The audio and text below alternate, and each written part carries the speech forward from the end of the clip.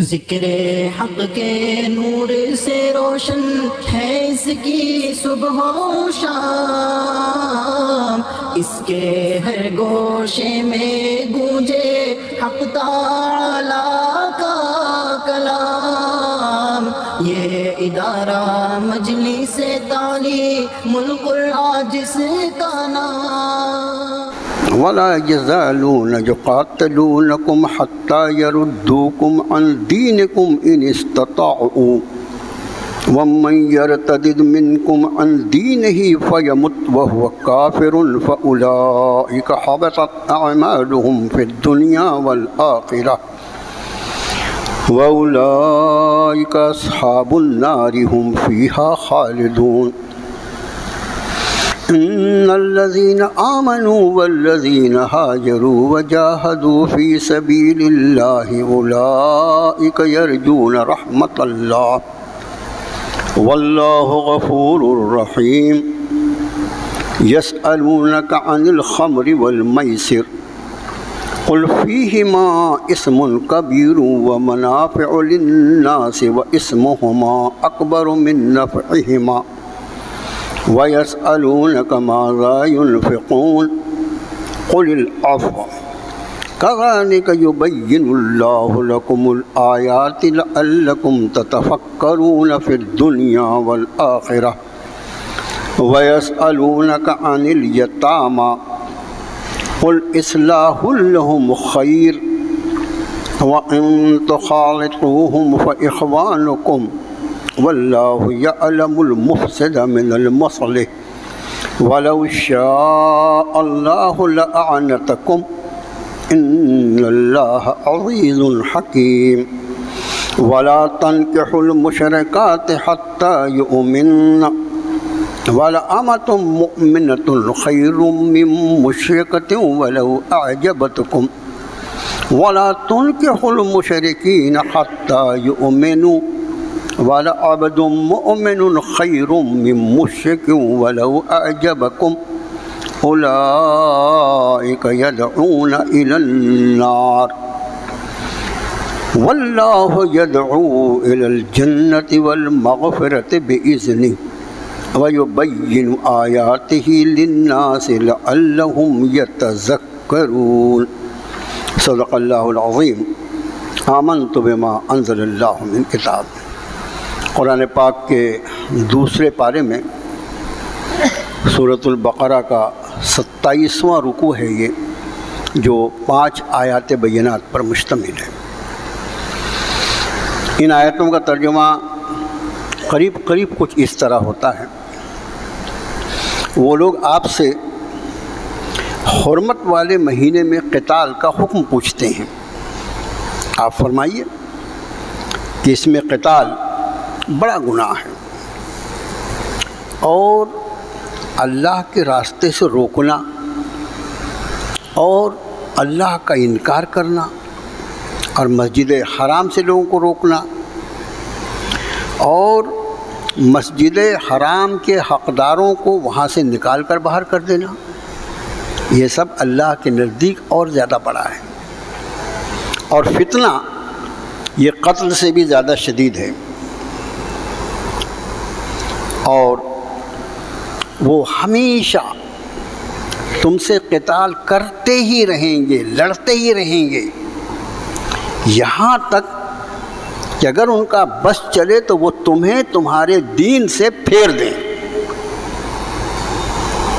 اور جو کوئی تم میں سے اپنے دین سے پھر گیا اور اسی حال میں اس کی موت ہو گئی کہ وہ کافر ہی رہا، تو ایسے سارے لوگ وہ ہیں کہ ان کے اعمال دنیا اور آخرت میں غارت ہو گئے، یہ آگ والے ہیں اور اس میں ہمیشہ رہیں گے۔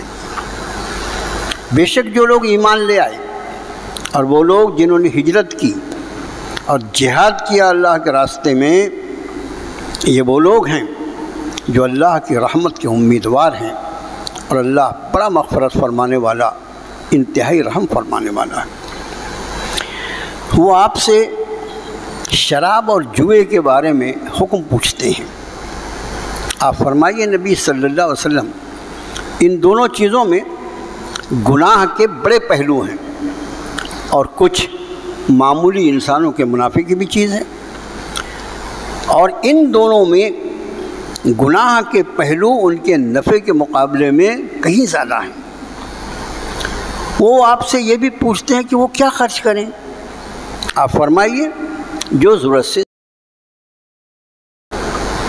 اور اسی طرح اللہ تمہاری اپنی نشانیاں، اپنی آیات بیان فرماتا ہے تاکہ تم غور و فکر کرو دنیا میں بھی اور آخرت میں بھی۔ اور وہ آپ سے پوچھتے ہیں یتیموں کے بارے میں، تو آپ فرمائیے نبی صلی اللہ علیہ وسلم کہ ان کی اصلاح کے لیے اقدام کرنا بڑی بھلائی ہے، اور اگر تم ان کو اپنے ساتھ ملا لو تو تمہارے بھائی بندھی ہیں، اور اللہ وہ فساد کرنے والے کو اور اصلاح پسند کو الگ الگ خوب جانتا ہے، اور اگر اللہ چاہتا تو تمہیں مشکل احکام دے کر تمہیں پریشانی میں ڈال سکتا، مگر اللہ بڑا غضب والا اور حکمت والا ہے۔ دیکھو، کسی مشرکہ خاتون سے نکاح کرنا یہاں تک کہ وہ ایمان لے آئے، مومنہ باندی، مومنہ کنیز، وہ مشرکہ آزاد عورت سے بہتر ہے، چاہے وہ عورت تمہیں کتنی اچھی لگے۔ اور یہ بھی خیال رکھنا کہ مشرکین سے نکاح کرنا، مردوں سے نکاح کرنا یہاں تک کہ وہ ایمان قبول کریں۔ مومن غلام یہ آزاد مشرک مرد سے کہیں بہتر ہے، اگرچہ وہ مشرک مرد تمہیں اچھا لگتا ہو۔ یہ وہ لوگ ہیں، یہ آگ کی طرف بلاتے ہیں، اللہ وہ تمہیں بلاتا ہے جنت اور مغفرت کی طرف اپنے حکم سے، اور وہ واضح فرماتا ہے اپنی آیتوں کو لوگوں کے لیے تاکہ وہ غور و فکر کریں۔ 5 آیات پر مشتمل رکوع ہے، اور کتنے احکام اس میں رب تعالیٰ نے بیان فرمائے ہیں، اس کا ترجمہ سماعت فرما کر، اور خاص طور سے ہمارے وہ ساتھی جنہوں نے ہفتے کے دوران یا آج تھوڑا سا وقت نکال کر اس رکوع کو دیکھا ہوگا تو ان کو اس کا احساس ہوگا۔ بات شروع یہاں سے ہوئی کہ وہ حرمت والے مہینوں میں قتال کرنا کیسا ہے، یہ حکم پوچھتے ہیں، اس کے بارے میں کیا ہے یہ۔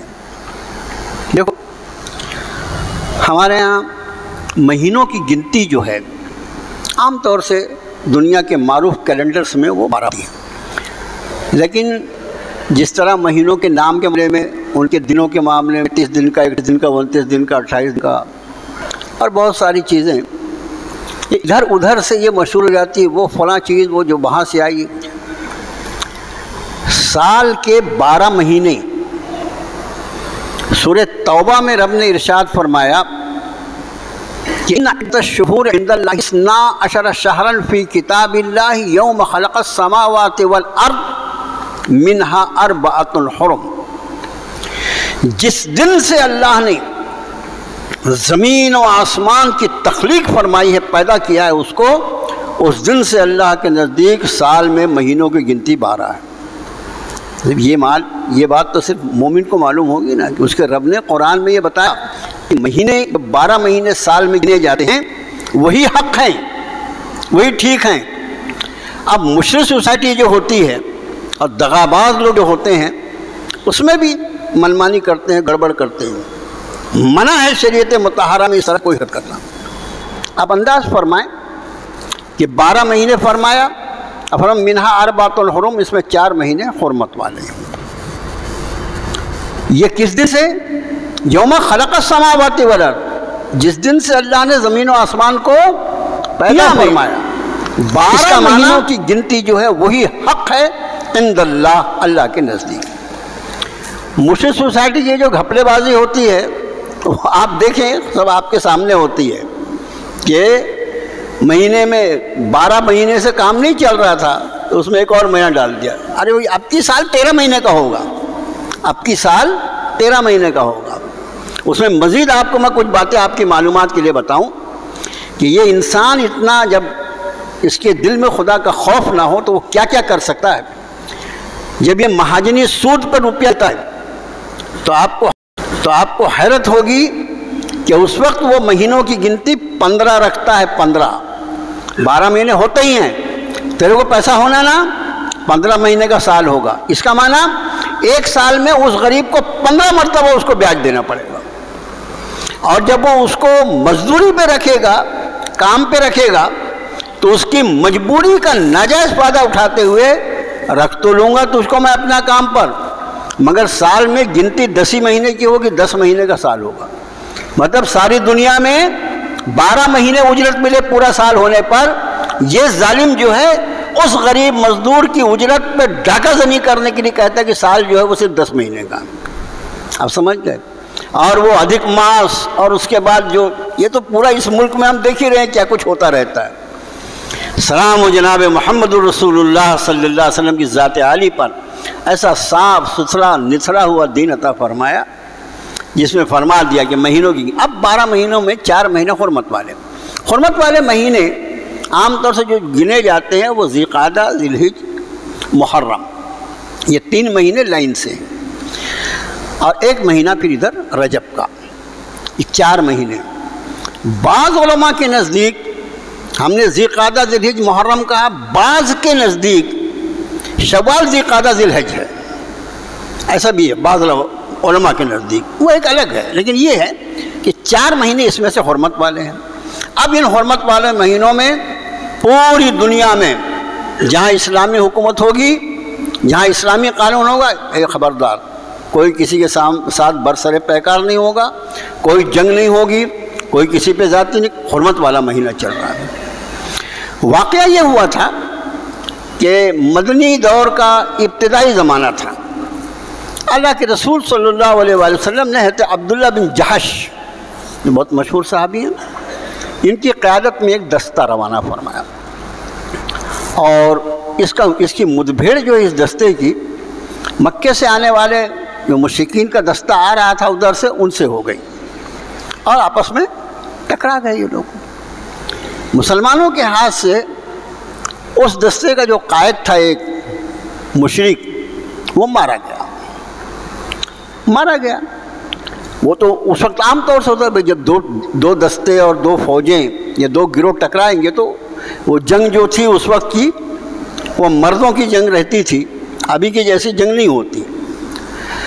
اب یہ ہوا کہ جس دن یہ واقعہ پیش آیا وہ جمادی الاخری یا جمادی الاخر جس کو کہتے ہیں آپ، اس کی 29 تاریخ گزر کے 30 تاریخ تھی یہ، تو اہل ایمان یہ سمجھ رہے تھے کہ ابھی آج جمادی الاخری جو ہے اس کی 30 تاریخ ہے، مگر حقیقت کے اعتبار سے چاند ہو چکا تھا، اور وہ بجائے جمادی الاخری کی آخری تاریخ ہونے کے وہ رجب کی پہلی تاریخ، یعنی آج اتفاق دیکھیے کہ آج کے جو ہم بیٹھے نا یہاں، یہ ربیع الاول کی 29 تاریخ گزری ہے آج۔ اب ہم سے کوئی پوچھے کیا تاریخ ہے، تو ہم یہاں بیٹھے بیٹھے کیا، حالانکہ اتنا تیز زمانہ ہو گیا الحمدللہ، کہ چاند ہونے کے 10-15 منٹ کے بعد ہی پورا وائرل ہو جاتا ہے، چاند ہو گیا، نہیں ہوا۔ لیکن ابھی میں اور آپ جو یہاں مغرب کی نماز کے بعد سے الحمدللہ ہیں، تو ہم ابھی مشکوک ہیں کہ یہ 30 ربیع الاول بھی ہو سکتی ہے، اور اگر چاند ہو گئی تو پھر پہلی ربیع الاخر بھی ہو سکتی ہے۔ ایسے ہی ہوا تھا۔ اچھا، اس دور جو تھا وہ کوئی چاند ہو گیا، اس کی رؤیت ہو گئی، اس کا اعلان ہو رہا ہے، یہ سب کچھ تھا نہیں۔ سفر ہو رہا ہے صحرا میں، رات ہو گئی، بیچ میں دکھائی دیا، ہاں بھائی چاند ہو گیا، کہیں نہیں دکھائی دیا، نہیں ہوا، اس پر وہ سارا کام چلتا تھا۔ تو مسلمان جو تھے وہ اس کو 30 ربیع الاخر سمجھ رہے تھے، اور واقعتاً چاند ہو چکا تھا رجب کا، اور وہ 1 رجب تھی۔ بس مشرکین مکہ نے ہنگامہ کھڑا کر دیا۔ دیکھو یہ جو مخالفین ہوتے ہیں نا، جن کی فطرت میں شر اور فساد رہتا ہے، وہ خالی موقع ڈھونڈتے رہتے ہیں۔ انہوں نے ہنگامہ مچا دیا، یہ دیکھو۔ اچھا، حرمت والے مہینوں کی حرمت جو تھی وہ جیسے بھی تھے، لیکن ان کی ابھی کسی نہ کسی درجے میں باقی تھی۔ ہنگامہ کھڑا کر دیا، یہ دیکھو، یہ ایمان والے اپنے آپ کو کہتے ہیں، اپنے آپ کو آسمانی دین کے ماننے والے کہتے ہیں، اور رجب جیسا مہینہ تھا اور اس کا احترام نہیں کیا انہوں نے۔ رجب کا مہینہ تھا اور ہمارے آدمی کو مار ڈالا، اور اس کے بعد پھر وہ معاملہ جیسا۔ اس لیے کچھ لوگ آئے سوال پوچھنے کے لیے، فرمایا یسألونک عن الشہر الحرام قتال فیہ، لوگ آپ سے پوچھتے ہیں اب وہ تن کیا ہے، آپ کے آدمیوں نے ہمارے آدمی کو مار دیا حرام مہینے میں، کیا حکم ہے آپ کے یہاں حرمت والے مہینے کا؟ رب نے جواب میں ارشاد فرمایا قل قتال فیہ کبیر، کوئی بھی کرے غلطی ہوتی ہے۔ میں نے 50 مرتبہ یہ بات آپ سے عرض کیا ہے کہ ہم اپنی غلطی کو تسلیم کرنے کی اگر عادت بنا لیں تو ہمارے 50 مسئلے خود بخود حل ہو جائیں گے۔ فرمایا قل قتال، آپ سے جب پوچھنے نبی صلی اللہ علیہ وسلم تو حکم جو ہے قتال فیہ کبیر، اس حرمت والے مہینے میں جنگ کرنا، قتال کرنا تو بڑا گناہ ہے۔ اور اس کے بعد رب تعالیٰ فرماتے ہیں، یعنی انداز بیان دیکھیے، وَصَدٌّ عَن سَبِيلِ اللَّهِ وَكُفْرٌ بِهِ، اللہ کے راستے سے لوگوں کو روکنا، اللہ کا انکار کرنا، مسجد حرام سے لوگوں کو روکنا، مسجد حرام کے جو اصل حقدار ہیں ان کو اس میں داخل نہیں ہو دینا۔ اکبر عند اللہ، ارے یہ بڑے بڑے جرم جو تم کر رہے ہو یہ اللہ کے نزدیک اس سے بھی کہیں زیادہ بڑا گناہ ہے، اس لیے کہ وہ گناہ جو ہے وہ چوک ہوئی، گناہ نہیں کیا کرنا۔ ہمارے ہاں شریعت مطہرہ میں اس کا خیال رکھیں، بھول چوک یہ دو الگ الگ لفظ استعمال ہوتے ہیں، بھول اور چوک الگ الگ۔ بھول جانا اس کا ایک الگ، جیسے آدمی ایک روزے دار ہے اس کو روزہ بھول گیا اور کھا لیا، اس نے پیٹ بھر کے بھی کھا لیا، اگر اب پھر بعد میں روزہ یاد آیا اس کا روزہ ٹوٹا نہیں، اس کا روزہ باقی رہے۔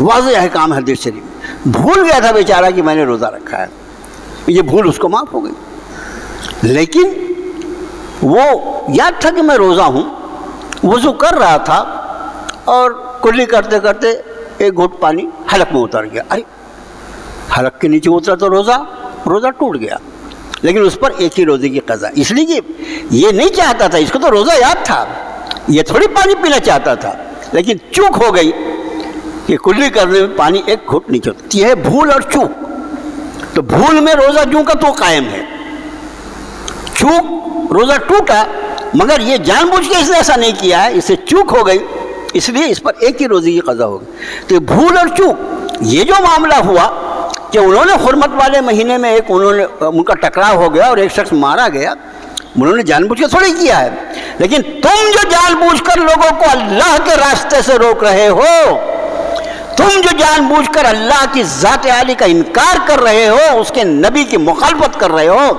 تم جو مسجد حرام کے اصل متولی اور اصل جو حقدار ہیں ان کو مسجد حرام میں داخل ہونے سے منع کر رہے ہو، یہ سارے گناہ جو ہیں یہ کہیں زیادہ بڑے گناہ۔ اور اس کے بعد ارشاد فرمایا کہ وَالْفِتْنَةُ أَكْبَرُ مِنَ الْقَتْلِ، اور سب سے آگے یہ کہ اہل ایمان کے خلاف جو تم فتنے پیدا کرتے رہتے ہو یہ قتل سے زیادہ شدید ہے۔ یہ آیت شریفہ کا حصہ خیال میں، وَالْفِتْنَةُ أَكْبَرُ مِنَ الْقَتْلِ، فتنہ یہ زیادہ بڑا ہے قتل سے بھی۔ جیسے قتل جو ہوتا ہے، ایک آدمی نے ایک کو قتل کر دیا، بہت بڑا گناہ ہے قتل کرنا کسی آدمی کو۔ قرآن شریف میں فرمایا من قتل نفسا بغیر نفس او فساد فی الارض فکانما قتل الناس جميعا، کسی انسان نے بغیر کسی انسان کے خون کا بدلہ لینے کے لیے یا بغیر کسی فتنے فساد کے کسی کو قتل کیا تو گویا اس نے سارے انسانوں کو قتل کر دیا۔ یہ وہ دین ہے جہاں ایک آدمی کا قتل جو ہے ناحق قتل وہ پورے انسانیت کو قتل کرنے کے برابر قرار دیتا ہے، وہ یہ دین ہے۔ تو ظاہر ہے کہ قتل کسی نے کیا، ایک آدمی کو قتل کرے، لیکن فتنہ اللہ کی پناہ۔ ابھی دیکھو فتنے کے نام پر وہ فتنہ پرداد اسرائیل اور اس کے سرپرست جو ہمیشہ دنیا میں دھاندلیاں کرتے رہے ہیں، یہ جھوٹا پریس جو بار بار فلسطینیوں کو مورد الزام قرار دے رہا ہے، اور وہ فلسطینی وہ بیچارے جن کو کہنا چاہیے 1948 میں جو انہوں نے جگہ دی ان فقیروں ان فقیروں کو، ان کا ٹھکانہ نہیں تھا کہیں، یہ بالکل لنگر لگوٹ پر آئے تھے، ہر آدمی ان کو دھتکار رہا تھا، یہ فلسطین تھا جس نے ان کو مقام دیا، ان کو جگہ دیا، اس لیے کہ یہ ایمان والے تھے۔ ایمان والے کا دل نرم ہوتا ہے، انسانیت کے درد کو سمجھتا ہے، اس کا بدلہ وہ ظالم 1948 کے بعد سے آج تک یہ دے رہے ہیں، ہزاروں نہیں لاکھوں فلسطینیوں کو انہوں نے شہید کر ڈالا ہے، اور سارا مقصد جو ہے بیت الاقدس کی حرمت کو پامال کرنا ہے، اور ایک مسلمان اس کو کبھی برداشت نہیں کرتا۔ یہ فتنہ ہے۔ تو قرآن نے فرمایا والفتنۃ اکبر من القتل، فتنہ پیدا کرنا یہ قتل سے بھی زیادہ بڑا ہے۔ ولا یزالون یقاتلونکم، یہ دیکھو قرآن اصولوں کی کتاب ہے، قرآن اصولوں کی کتاب ہے۔ جن اصولوں کو قرآن نے بیان فرما دیا، ان اصولوں کو امت مسلمہ کو اللہ کی کتاب کی روشنی میں معلوم کر کے اپنی زندگی کے رخ کو ان کے مطابق گزارنا ہوگا۔ جب تک ان اصولوں پر امت مسلمہ چلے گی ان کے ساتھ کوئی دھوکہ نہیں ہوگا، لیکن ان اصولوں سے جب ہٹ کر یہ سوچنا شروع کرے گی تو پھر معاملات بگڑ جائیں گے۔ ایک اصول رب تعالیٰ نے بیان فرمایا، مثلا بات ابھی یہودیوں کی آ گئی تو ایک آیت شریفہ اور یاد آ گئی سورہ مائدہ کی، جس میں رب نے فرمایا کہ وَلَا تَجِدَنَّ أَشَدَّ النَّاسِ عَدَاوَةً لِلَّذِينَ آمَنُوا الْيَهُودَ وَالَّذِينَ أَشْرَكُوا، ایمان والوں کی دشمنی میں تم شدید ترین ان لوگوں کو پاؤ گے جو یہودی ہیں اور وہ جو شرک کرنے والے۔ یہ قرآن نے اصول بیان کیا ہے۔ یہ تم یہ سمجھو گے کہ تمہاری دوستی، تمہاری جماعت، تمہاری پارٹی بندی تمہارے جھنڈے کے نیچے آ گیا، تمہارے ساتھ کھڑا ہو گیا اور مسجد میں آ گیا، تھوڑی دیر بیٹھ گیا، بہت بڑا تیر مار لیا، اب وہ تمہارا ہمدرد۔ جھوٹ بات ہے یہ۔ جو بھی ہوگا ظاہری طور پر ہوگا، اور اندر کے اعتبار سے وہ ہوگا جو میرے رب نے فرمایا کہ یہ یہود اور یہ مشرک یہ تمہارے ایمان والوں کے ہمیشہ شدید ترین دشمن ہوں گے، ان کی دشمنی میں کمی۔ رب نے فرما دیا یہ بات، اس سے ہٹ کر کیسے سوچتے ہو؟ ہمارے یہاں جو لوگ ان کے تلوے چاٹتے ہیں جا کے پیسوں کے لیے اور عہدے کے لیے، اللہ رحم فرمائے، اللہ ان کو عقل دے۔ نتیجہ یہ ہوتا ہے کہ جب تک یہ کام کے ہیں اس وقت تک ان کو وہ ساتھ میں لیے رہتے ہیں، اور جس دن لگا کہ یہ کام کا نہیں ہے، بالکل جیسے دودھ میں سے مکھی نکال کے پھینکی جاتی ہے ویسے نکال کے پھینکتا ہے، لیکن مسلمانوں کو غیرت اور شرم نہیں آتی۔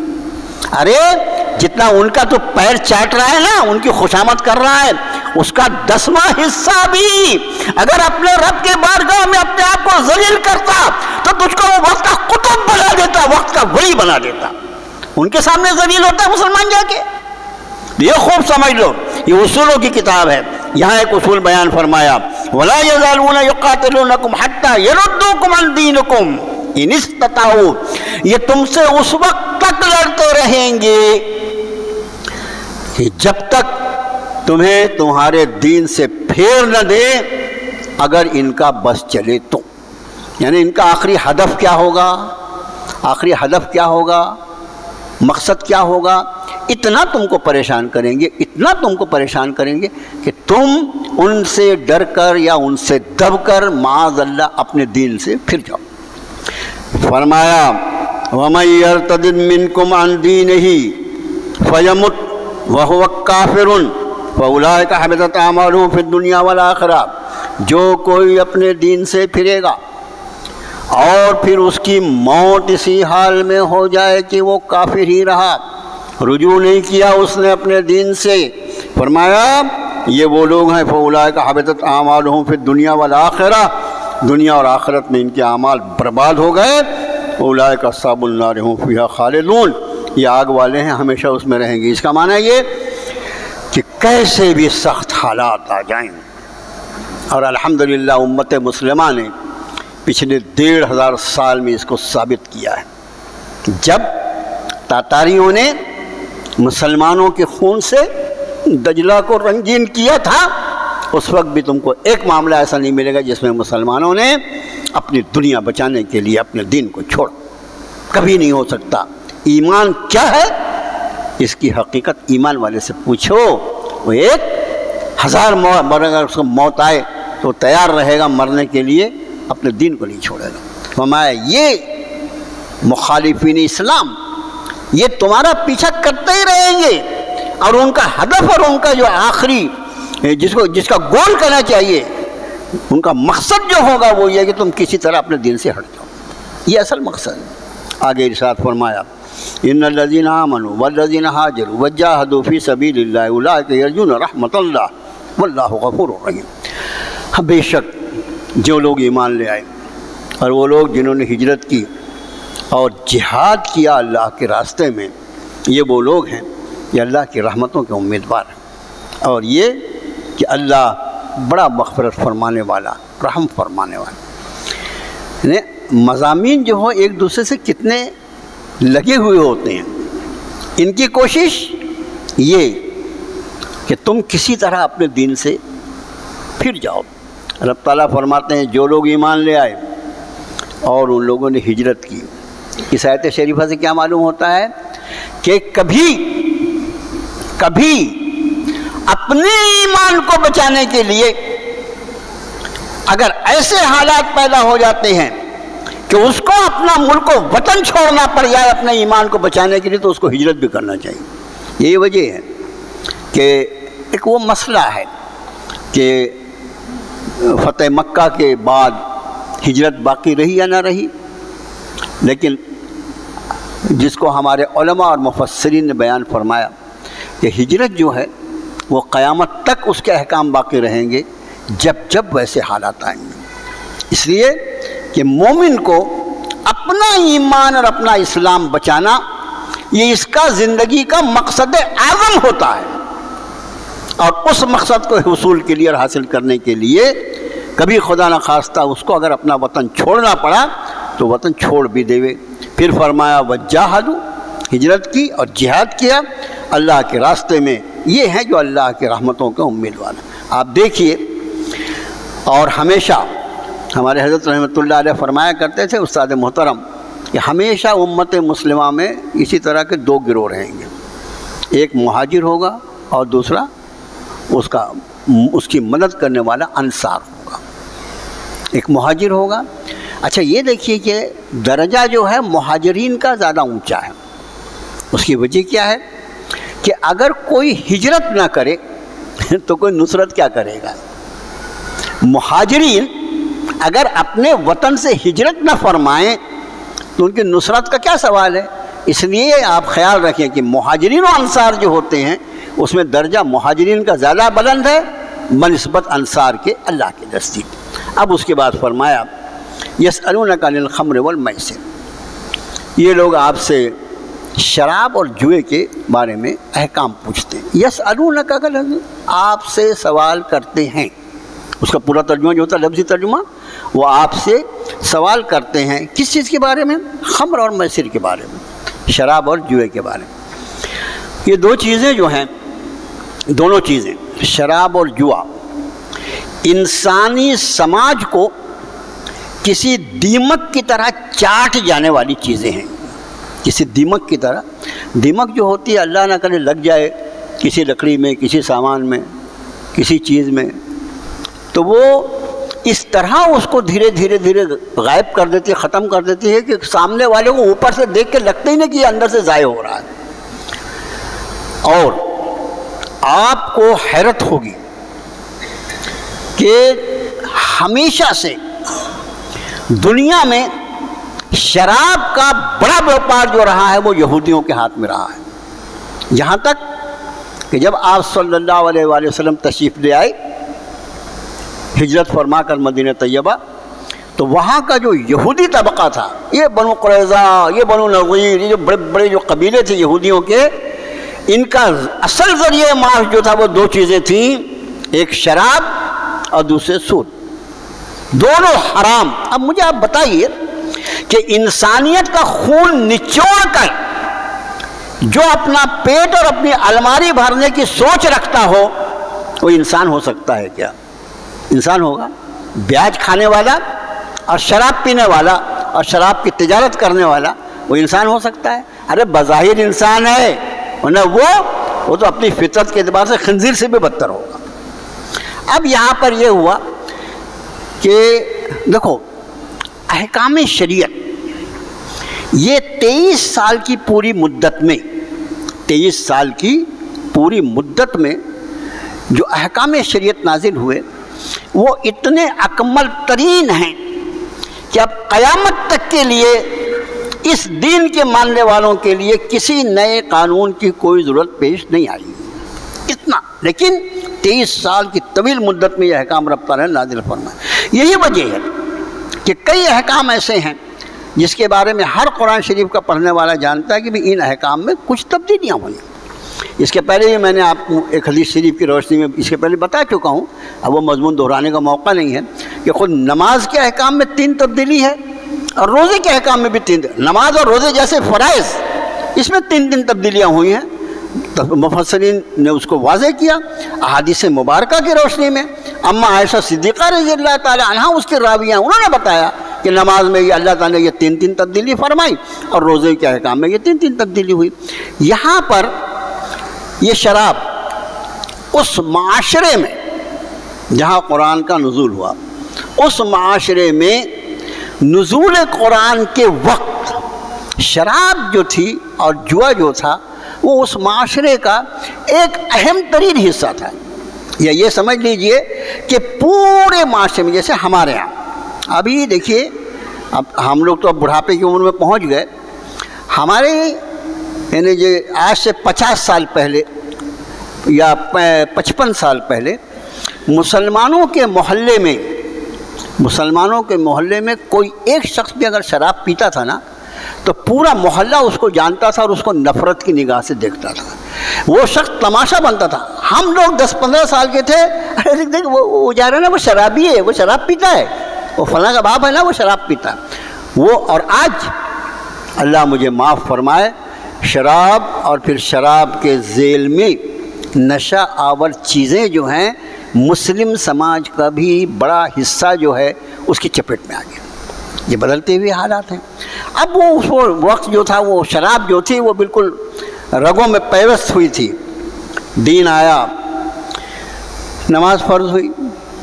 اب نماز جو ہے اس میں ایک صاحب ایسے تھے کہ نماز پڑھنے کھڑے ہوئے وہ، اور چونکہ اچھا ایک بات یہ سمجھ لو ذرا، اس میں اپنا ذہن بہت صاف رکھنا، بہت صاف اور بہت سوچ سمجھ کے اس میں آدمی کو بات کرنی چاہیے اور بولنا بھی چاہیے۔ ایک چیز جیسے حجاب کے احکام نازل ہوئے، یا ایھا النبی قل لازواجک و بناتک و نساء المؤمنین یدنین علیہن من جلابیبہن۔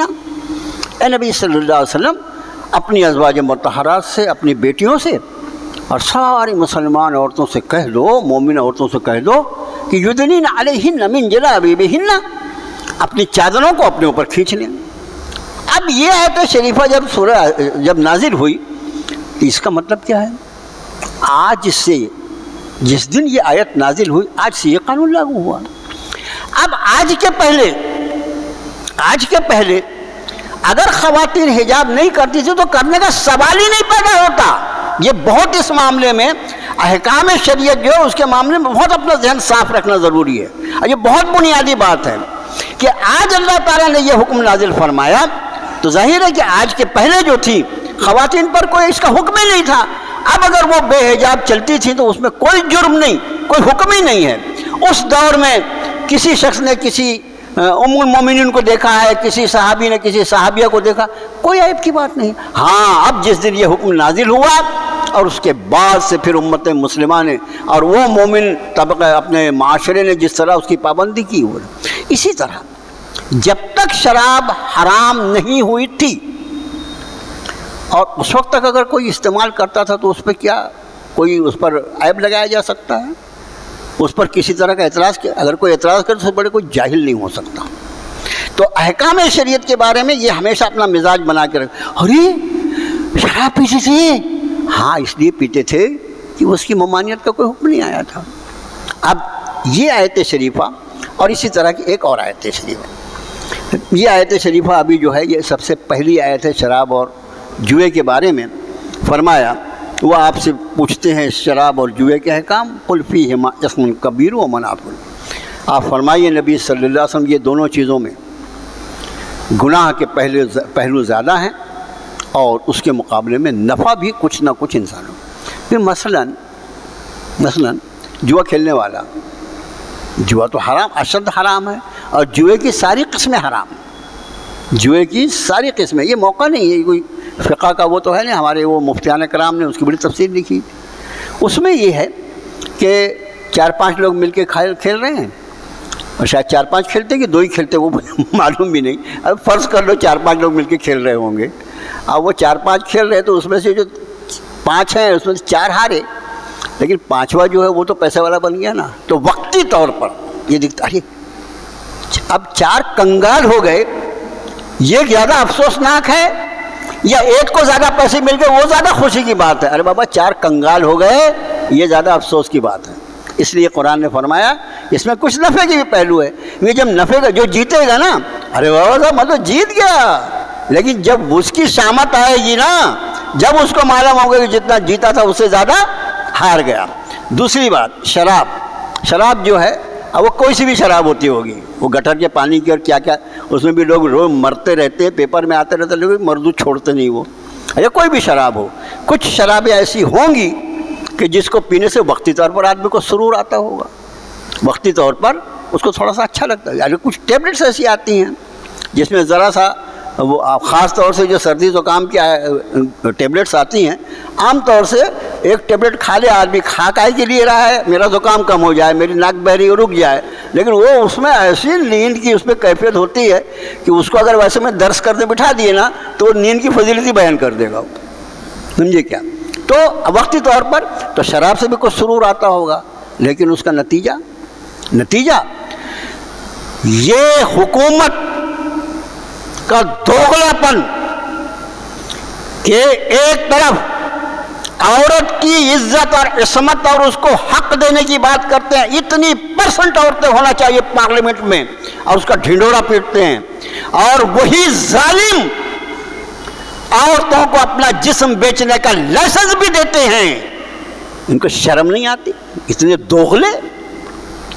ٹھیک اسی طرح شراب بندی, اس کا ایک ڈپارٹمنٹ قائم ہے, شراب بندی کا ایک ڈپارٹمنٹ قائم ہے, اور وہی ڈپارٹمنٹ کے ذریعے کسی آدمی کو شراب پینا ہو تو اس کا لائسنس بھی دیا جاتا ہے. شراب پینا جرم نہیں ہے, شراب پینا جرم نہیں ہے, شراب کو بغیر لائسنس کے پینا جرم ہے. آپ سمجھے, معاذ اللہ ثم معاذ اللہ زنا, کیا بولنا ان کے لیے, ان کے نزدیک زنا جو ہے وہ جرم نہیں ہے, کسی عورت کے ساتھ ایسے زنا کرنا جس کے پاس لائسنس نہ وہ جرم ہے. اس سے دوغلی جو ان کی سوچ ہو وہ انسانیت کا کوئی فائدہ کر سکتے ہیں. اس ملک میں بدحالی جو ہے اس کی بنیادی وجہ جو ہے وہ شراب اور جوا, شراب جوا اور سود, 3 چیزیں جب تک یہ معاشرے سے نہیں نکلیں گی کوئی انسانی معاشرہ جو ہے وہ خیر اور بھلائی کی طرف چل ہی نہیں سکتا. تو رب نے یہاں فرمایا کہ آپ فرمائیے نبی صلی اللہ علیہ وسلم, اس میں نقصان کے گناہ کے زیادہ پہلو ہیں اور معمولی سا لوگوں کا فائدہ. اس آیت شریفہ کی روشنی میں ہمارے فقہا نے ایک اصول بنایا کہ کوئی بھی چیز جس کے بارے میں صریح حکم نہ ہو اور پھر وہ وجود میں آئے. اب ظاہر ہے کہ سائنس اور ٹیکنالوجی کے زمانے میں تو ہر چیز نئی بنتی رہتی ہے نا.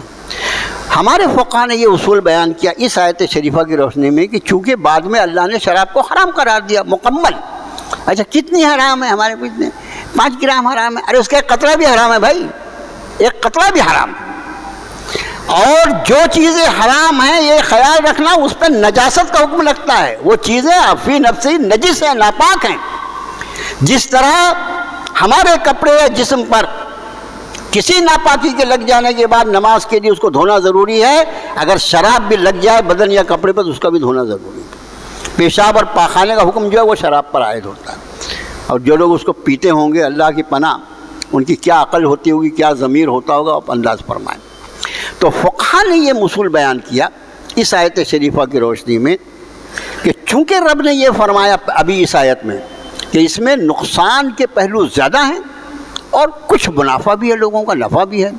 اب جو نئی چیزیں وجود میں آئیں گی ان کے احکام جب مستنبط کرنے ہوں گے اور طے کرنے ہوں گے تو ان کے لیے اسی آیت شریفہ کو بنیاد بنایا جائے, دیکھا جائے کہ اس میں انسان کے لیے نفع کے زیادہ پہلو ہیں یا نقصان کے زیادہ پہلو ہیں. اور پھر آپ دیکھیے نئی چیزوں کے بارے میں جو ہمارے احکام کا استنباط کیا جاتا ہے, اور ہمارے علماء جو وارث انبیاء ہیں ہماری جو رہنمائی فرماتے ہیں وہ انہی چیزوں کی انہی حقائق کو سامنے رکھ کے کہ بھئی یہ چیز انسان کے لیے فائدہ مند ہے یا نقصان ہے، زیادہ فائدہ ہے یا زیادہ نقصان دہ ہے۔ اب اس کے بعد قرآن شریف کی وہ آیت شریفہ یا ایھا الذین آمنوا انما الخمر والمیسر یا ایھا الذین آمنوا انما الخمر والمیسر والانصاب والازلام رجس من عمل الشیطان فاجتنبوہ لعلکم تفلحون۔ اے ایمان والو سنو، جوا، شراب، پانسے کے تیر، بت پرستی، یہ سب کے سب من عمل الشیطان، شیطان کے کام ہیں۔ جواری کون سا کام کر رہا ہے؟ شیطان کا کام کر رہا ہے۔ شرابی کیا کر رہا ہے؟ شیطان کا کام، شیطانی کام ہے۔ من عمل الشیطان فاجتنبوہ لعلکم تفلحون، تم اس سے بچتے رہو تاکہ تم کامیاب۔ یہ صریح حکم آ گیا۔ اور اس کے بعد جب یہ آیت شریفہ نازل ہوئی حرمت شراب کی، تو راویان حدیث بیان فرماتے ہیں کہ عام معاشرہ تھا، شراب پی جاتی تھی، سب کے گھر بھی اسٹاک رہتا تھا، سب کچھ تھا، لیکن جب یہ آیت شریفہ نازل ہوئی تو اس کے بعد مدینے کی گلیوں میں شراب اس طرح انہوں نے اپنے برتنوں کو اونڈیلا اور اس طرح اس کو بہایا کہ مدینے کی گلیاں جو تھی ایسا لگتا تھا جیسے یہاں شراب کی بارش ہو گئی۔ اور اس آیت کو سننے کے پہلے آیت شریفہ نازل ہوئی، آپ صلی اللہ علیہ وسلم نے صحابہ کو جمع کیا، پڑھ کر انہوں نے آپ نے سنا دیا، جو صحابہ تھے انہوں نے سن لیا۔ اب اس کے بعد پھر اس میں سے بعض صحابہ اس بات پر مامور تھے کہ اب یہ حکم جا کر پورے مدینے کی بستی میں تم سنا دو، تاکہ ہر آدمی تو آیا نہیں نا اس مجمع میں۔ اب جو لوگ باہر گئے سنانے کے لیے بآواز بلند، اللہ کے رسول صلی اللہ علیہ وسلم پر یہ حکم نازل ہوا ہے، اللہ نے شراب کو اس طرح حرام قرار دے دیا ہے۔ اور اس کے بعد صحابہ فرماتے ہیں کہ جس کسی نے منہ پر گلاس لگایا تھا اس نے گلاس ہٹایا، جس نے منہ میں لے لیا تھا اس نے کلی کر دیا، اور جس کی حلق کے نیچے اتر گئی تھی اس نے اپنے حلق میں انگلی ڈال کر اس کو قی کر دیا۔ ایسے احکام خداوندی پر عمل پیرا ہونے والا وہ معاشرہ تھا میرے بھائی۔ رب نے ارشاد فرمایا آگے وَيَسْأَلُونَكَ مَاذَا يُنْفِقُونَ، اور ہاں یہ خیال رکھے بات شراب کی آئی تو شراب تو ایک نشے کے لیے بہت، خمر کہتے ہیں اس کو، شراب کو نشے کی چیز ہے۔ اسی ذیل میں نشے کی ساری چیزیں، نشہ کس کو کہتے ہیں؟ نشہ کس کو کہتے ہیں؟ اللہ نے ہمیں جو ہوش و حواس عطا فرمایا، ہمیں ہوش عطا فرمایا ہے، یہ اللہ کی ایک بہت بڑی عطا ہے۔ کبھی آدمی خدا نہ خواستہ کوئی بے ہوش ہو جائے تو کتنے قابل رحم اس کی کیفیت ہوتی ہے، بیچارہ بے ہوش ہو گیا یار، بے ہوش ہو گیا، بے ہوش ہو گیا، ایسا چلتا ہے نا۔ ہوش اور حالت ہوش کی وجہ سے اس پر احکام کا نفوذ ہوتا ہے، نفاذ ہوتا ہے۔ اب آدمی جب تک ہوش میں ہے تو نماز پڑھ رہا ہے تو نماز کی رعایت رکھے گا، بھئی مجھے ابھی ثنا پڑھنا ہے، ابھی فاتحہ پڑھنا ہے، ابھی قرآن پڑھنا ہے، اس کے بعد پھر ابھی یہ پڑھنا ہے وہ پڑھنا ہے، چلے گا تو ہوش میں چلے گا، اذان ہو رہی ہے اس کو یاد رہے بھی اذان ہو رہی ہے، نماز کا وقت ہو گیا، کھائے گا پیے گا، جائز چیز کھائے گا حلال۔ لیکن اگر خدا نہ خواستہ اس کے حواس میں کوئی کمی آ گئی، اس کے وہ حص میں اگر کوئی کمی آ گئی تو پھر انسان اور جانور میں کوئی فرق رہ جائے گا، معلوم نہیں کیا کرے گا وہ۔ اس لیے نشہ وہ اس چیز کو کہا جاتا ہے فقہ کی زبان میں جو انسانی حواس کو متاثر کر دے، انسانی حواس کو جو متاثر کر دے۔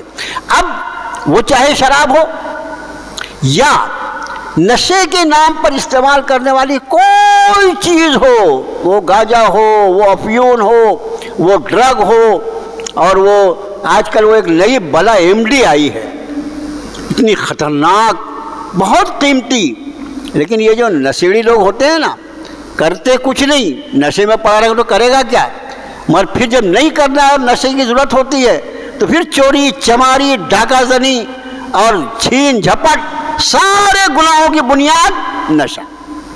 تو میرے بھائیوں، اور اس وقت مسلم سماج کا نوجوان طبقہ ملے جلے معاشرے کی وجہ سے بہت بری طرح اس سے متاثر ہو رہا ہے۔ اب آدمی اگر نشے کا عادی ہو گیا تو وہ کیا اپنی طہارت رکھے گا، کیا اپنی نمازیں بچائے گا، کیا اپنا ایمان بچائے گا؟ یہ بھی سوچنے جیسے. بہت زیادہ محتاط رہیں, بہت زیادہ محتاط رہنے کی ضرورت ہے. کم سے کم اپنا جو ہمارا حلقہ ہے اس میں ہم اپنے بال بچوں پہ نظر رکھیں کہ کوئی بھی نشہ آور چیز جو ہے کوئی استعمال نہ کر سکے, اور اس سے بچانے کے لیے ہم کیا کر سکتے ہیں. اب تو آج کے دور میں یعنی واقعی اگر کوئی آدمی سنجیدگی سے اپنی غلط عادتیں چھوڑنے کے لیے تیار ہونا, تو اب تو ماشاءاللہ ایسے میڈیکل کورسز آ گئے ہیں کہ صحیح ڈاکٹر کو تلاش کر کے اگر اس سے کانٹیکٹ کیا جائے تو وہ باقاعدہ اس کا کورس کرواتے ہیں. اتنے دن تک اس کو پکڑ کے رکھو اور یہ ٹیبلیٹ یہ انجیکشن ایسا لیتے رہو, اللہ کی فضل سے اس کی نشے کی عادت چھوٹ جاتی ہے. جو بھی طریقہ ہو, اور سب سے بہترین طریقہ اس کا یہ ہے, یا ایھا الذین آمنوا اتقوا اللہ وکونوا مع الصادقین, اے ایمان والو اللہ کا تقوی اختیار کرو اور اللہ کے سچے بندوں کے ساتھ رہا کرو. نیک لوگوں کی صحبت ہمیں نیک بنائے گی, اور اگر ہم اللہ کے نافرمانوں کی صحبت میں بیٹھیں گے تو کسی صحبت میں رہنے کے بعد آدمی اس صحبت کے اثرات سے اچھوتا نہیں رہ سکتا. یہ خوب سمجھ لو, اپنے آپ کو اہل اللہ کے ساتھ, اہل تقوی کے ساتھ, اللہ سے ڈرنے والوں کے ساتھ, نمازی, متقی, پرہیزگار, کتاب اللہ کے حالے میں رہنے والے, ذکر اللہ کے حالے میں رہنے والے, ان لوگوں کی صحبت میں اپنے آپ کو رکھو گے. سب سے بہترین چیز اگر کوئی ہو سکتی ہے تو وہ ہوتا ہے صحبت مومنین. ایمان والوں کی صحبت اختیار کرو. ہماری اعلی اولاد کے لیے ان کا مزاج بنایا جائے اہل اللہ کے ساتھ رہنے سہنے کا, تو ہی آدمی اس سے بچ سکتا ہے. اب آگے فرمایا وَيَسْأَلُونَكَ مَاذَا يُنْفِقُونَ, وہ یہ بھی سوال کرتے ہیں کیا خرچ کریں. قُلِ الْعَفْوَ, اے نبی صلی اللہ علیہ وسلم آپ فرمائیے جو ضرورت سے زیادہ ہو. عفو کا ترجمہ بہت پیارا ترجمہ, جو ضرورت سے زیادہ ہو, یعنی پہلے اپنی بھی ضرورت پوری کرے. اب کوئی جیسے صحابہ کے واقعات میں آتا ہے کہ خود بھوکے رہ کے دوسروں کو کھلا دیتے تھے, یہ انہی کا تقویٰ تھا, انہی کو مبارک ہو. آپ سمجھے, بہت صاف بول رہا ہوں میں آپ کو. جس دور سے ہم گزر رہے ہیں نا, اگر کسی کو دے کے بھوکے رہ گئے تو اس کے بعد بھوکا رہنے کا اتنا ڈھنڈورا پیٹیں گے کہ اس کا اشتہار لاؤ, پریس کو بلاؤ, میں نے فلانے کو کھانا کھلا دیا, میں بھوکا ہوں, میرے اوپر ہیڈنگ لگاؤ. یہ سارے ماحول ہے. اس لیے فرمایا قُلِ الْعَفْوَ, جو ضرورت سے زیادہ ہو اس کو خرچ کرو. پھر آگے ارشاد فرمایا كَذَلِكَ يُبَيِّنُ اللَّهُ لَكُمُ الْآيَاتِ لَعَلَّكُمْ تَتَفَكَّرُونَ فِي الدُّنْيَا وَالْآخِرَةِ. اسی طرح اللہ تم پر اپنی آیتوں کو بیان فرماتا ہے تاکہ تم غور و فکر کرو. کہاں غور و فکر کرو, ذرا دیکھو, لَعَلَّكُمْ تَتَفَكَّرُونَ فِي الدُّنْيَا وَالْآخِرَةِ, تاکہ دنیا اور آخرت دونوں پر تم غور کرو. یہ دنیا کیا ہے, اس کی حقیقت کیا ہے. دنیا کیا ہے, دنیا کیا ہے. جناب رسول اللہ صلی اللہ علیہ وسلم کے قلب انور پر اللہ نے جو کتاب نازل فرمائی نا, تو اس نے اعلان کیا وَمَا الْحَيَاةُ الدُّنْيَا إِلَّا مَتَاعُ الْغُرُورِ, یہ دنیا دھوکے کے سامان کے سوا کچھ نہیں ہے. اس کا معنی ہم نہیں, سارے لوگ اس کو جو کھلی آنکھوں سے دیکھ رہے ہیں اس کی حقیقت سے وہ ناآشنا ہے. اس وقت تک اس دنیا کی حقیقت نہیں سمجھ میں آ سکتی جب تک اس حقیقت کو اس کے بنانے والے کی نگاہوں سے نہ دیکھا جائے. کسی بھی چیز کی حقیقت کو کون جانتا ہے, اس کا خالق, اس کا بنانے والا. ظاہر ہے خالق کی کائنات اللہ ہے. اس کے کلام کی روشنی میں دیکھو یہ دنیا کیا ہے. فرمایا بل تؤثرون الحیات الدنیا والآخرۃ خیر وابقی, تمہارا حال یہ ہے کہ تم دنیا کی زندگی پر ریجھ گئے ہو, اس پہ عاشق ہو گئے, اس پہ مر مٹے ہو, اور حقیقت یہ ہے کہ آخرت اس سے کہیں بہتر ہے. وابقی, دوسری یہ کہ یہ فانی ہے وہ باقی رہنے والی ہے. کوئی عقل مند آدمی, آپ مجھے بتائیے کہ فانی اور باقی میں کوئی مقابلہ ہو سکتا ہے؟ کوئی مقابلہ ہی نہیں بھائی. مقابلہ جو ہوتا ہے لیول کی چیز میں ہوتا ہے نا. ایک چیز جو غائب ہونے والی ہے اور دوسری چیز ہمیشہ رہنے والی, خالدین فیہا ابدا. یہ دونوں کا کیسے مقابلہ کیا جائے گا؟ رب نے فرمایا تمہارا حال یہ کہ تم دنیا پہ ریچھ گئے, تم نے دنیا کو ترجیح دے دی, تم نے دنیا کا استعمال, دنیا کا استعمال یہ تو مومن کا حق ہے, لیکن دنیا کو ترجیح دے دینا یہ مومن کی شان کے خلاف ہے. کو آپ کے خادم نے عرض کیا کہ دنیا کی حقیقت اس وقت تک دکھائی نہ دے، سمجھ میں نہ آئے جب تک اس کو اس کی نگاہوں سے نہ دیکھو جس نے اس کو بنایا ہے۔ آگے ارشاد فرمایا وَيَسْأَلُونَكَ عَنِ الْيَتَامَىٰ، یتیموں کے بارے میں مسئلے پوچھتے ہیں، یتیموں کے حقوق۔ تو کہ یتیموں کے بارے میں اس کے پہلے درس کا وقت پورا ہونے جا رہا ہے۔ یتیموں کے حقوق شریعت مطہرہ نے جس طرح مقرر فرمائے، سورہ النساء کی ایک آیت شریفہ اگر اللہ پڑھا دے، ان الذین یاکلون اموال الیتامی ظلما انما یاکلون فی بطونہم نارا وسیصلون سعیرا۔ یہ سورہ النساء کی آیت ہے، اسی پہ پہلا رکوع پورا ہوتا ہے اور اس کے فوراً بعد اللہ تعالیٰ نے وراثت کے تقسیم کے مسائل بیان فرمائے۔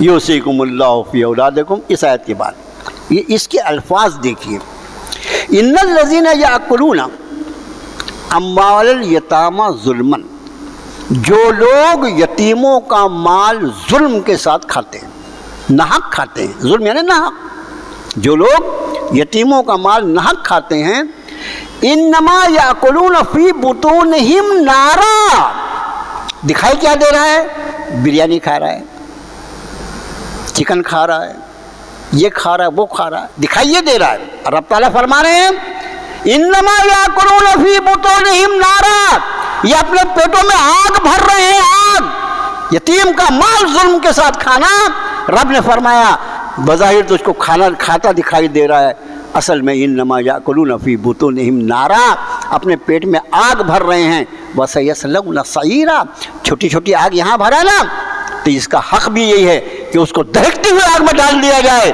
وسیصلون سعیرا، ان قریب وہ دہکتی ہوئی آگ میں داخل کر دیا جائے۔ اس سے آپ انداز فرمائیں کہ یہ یتیم کے حقوق کیا، یہ آیت تھی۔ اور پھر یتیم کی سرپرستی بھی کرنا ہے، وہ وہاں پر یتیم کے حقوق جو تھے وہ ماشاءاللہ حضرات صحابہ اس کے کیا ادا کرنے والے۔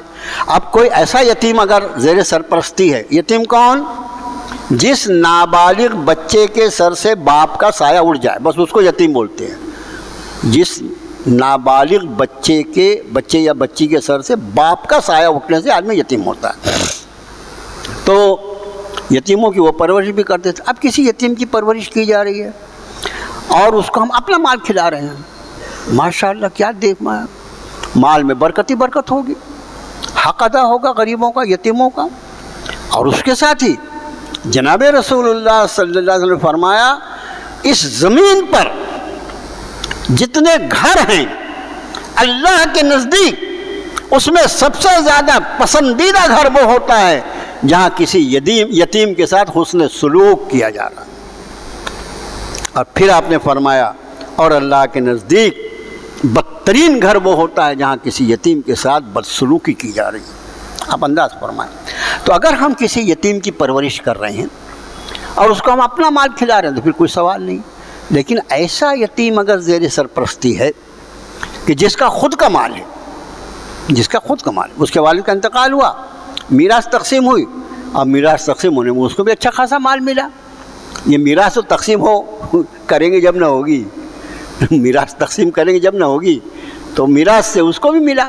اب ایک آدمی اس کا ولی بنا، اور جو آدمی ولی بنا وہ بیچارہ خود غریب ہے، وہ اپنی کمائی سے اس یتیم کو کھلا نہیں سکتا، اس کے لیے شریعت نے اجازت مرحمت فرمائی ہے، اس یتیم کے مال سے اس کو کھلا، اس کی دیکھ بھال کر، پرورش کر۔ اب یتیم کا مال رب نے فرمایا اگر ظلم سے کھائے گا تو آگ بھرے گا اپنے پیٹ میں۔ اتنا محتاط معاشرہ تھا حضرت صحابہ کرام رضوان اللہ تعالی علیہم اجمعین کا کہ اس طرح کے اگر کوئی بچے کسی کی زیر پرورش تھے تو انہوں نے اس کا کھانا الگ بنانا شروع کر دیا۔ اور وہ کھانا بنانا الگ بنانا جو تھا نا، وہ آج والا سسٹم نہیں تھا۔ ارے وہ آج کل تو وہ ایک چولہے آتے ہیں، اس میں بڑے بڑے چولہے رہتے ہیں، اس میں 3 4 چیز ایک ساتھ پکتی ہے۔ وہ زمانہ تھا کئی گھروں کے ملے ہوئے تندور ہوتے تھے، کامن تندور۔ یہ تندور جو ہے اس میں آپ کا گھر، میرا گھر، ان کا گھر بھی جتنے 7 8 لوگ ہیں سب کے گھر کا کھانا اس پہ یکے بعد دیگرے پکے گا، وہ زمانہ۔ اب الگ کھانا پکانا کتنا مشکل۔ رب نے فرمایا کہ یہ یتیم جو ہیں تمہارے دل میں دغا بازی نہیں ہونا، تمہارے دل میں کوئی پرایا مال کھانے کی تمنا نہ ہو، اور اس احتیاط کے ساتھ اب اگر خود تم آپس میں مل جل کے کھاتے ہو تو بہرحال وہ تمہارے بھائی ہیں، انجانے میں اگر کچھ کم زیادہ ہو جاتا ہے تو اللہ اس کو معاف فرمانے والا ہے، جان بوجھ کے یتیم کے مال پر ہاتھ نہیں ڈالنا۔ بس درس کا وقت پورا ہو رہا ہے۔ آخری میں ہمارے ایک ساتھی، اور آپ بھی جانتے ہیں، ہمارے قاری محمود عالم صاحب، کئی مرتبہ ایسا ہوا کہ الحمدللہ انہوں نے یہاں درس بھی فرمایا ہے۔ یہ مولانا عقل کنواں سے فارغ، اور قرآن شریف کی جو کلاسز چلتی تھیں اس میں ان کا بہت بڑا شیئر تھا، لیکن پرسوں اچانک وہ بہت علیل ہو گئے، ایک اسپتال میں زیر علاج ہیں۔ ہم دعا کرتے ہیں کہ اللہ تعالیٰ ان کو بہترین شفائے کاملہ عاجلہ مستقلہ مستمرہ عطا فرمائے، اور ان کو ان کی زندگی میں ان کی عمر میں برکت عطا فرمائے۔ اور اسی طرح ہم سارے مسلمانوں میں ایک سے ایک بیماریاں، ایسی بیماریاں کہ نام سن کے آدمی تھرا جائے، جتنے بھی ایمان والے بیمار ہیں اللہ ہم سب کی شفا کے لیے دعا کرتے ہیں۔ اور پھر درس کے آخری میں آپ کو یاد دلا دوں کہ یہ آج 15 اکتوبر میں ہم بیٹھے ہوئے ہیں، اور جنوری کا مہینہ جو ہے وہ اپنے اس مکان کی رجسٹری کے لیے طے ہے، اور اس میں ظاہر ہے کہ آپ حضرات کے بہت ہی شدید آپ کی توجہ کی ضرورت ہے، آپ اس کی طرف متوجہ بھی ہوں، دعا بھی فرمائیں، اور اپنی آج کل کی دعاؤں میں ہر چیز کے ساتھ اپنے فلسطین کے ان مظلوم اور سسکتے ہوئے بچے، ہماری وہ مائیں اور بہنیں اور بیٹیاں جن کی چادریں چھین لی گئی، وہ جوان جن کو تہہ تیک کر دیا گیا، ان کے لیے بھی دعا کریں۔ اللہ ان سب کی مدد فرما۔ اے اللہ فلسطین کو اسرائیلیوں کے غاصبانہ قبضے سے آزادی مرحمت فرما دے۔ اے اللہ وہ تیرے بیت المقدس کی حرمتوں کو وہ پامال کرنا چاہتے ہیں، اے اللہ اب تو ان کو پامال کرنے کا فیصلہ فرما دے مولا۔ اے اللہ لاکھوں بھائیوں اور بہنوں اور بچوں کو انہوں نے شہید کر ڈالا ہے، اے اللہ اب ہمارے حال پر رحم فرما دے۔ اللہ فلسطین کی حفاظت فرما، وہاں کے رہنے بسنے والوں کی حفاظت فرما، ظالموں کے ظلم کے زور کو توڑ دے مولا۔ اے اللہ تو ان پر وہ معاملہ فرما جو تو نے قوم عاد اور سمود کے ساتھ کیا تھا۔ اے اللہ وہ اپنے آپ کو دنیا کا سب سے بڑا غنڈہ سمجھتے ہیں، لیکن کسی کی غنڈہ گردی تیرے امر کے آگے چلتی نہیں۔ اے اللہ ان کو صفحہ ہستی سے مٹانے کا فیصلہ فرما دے۔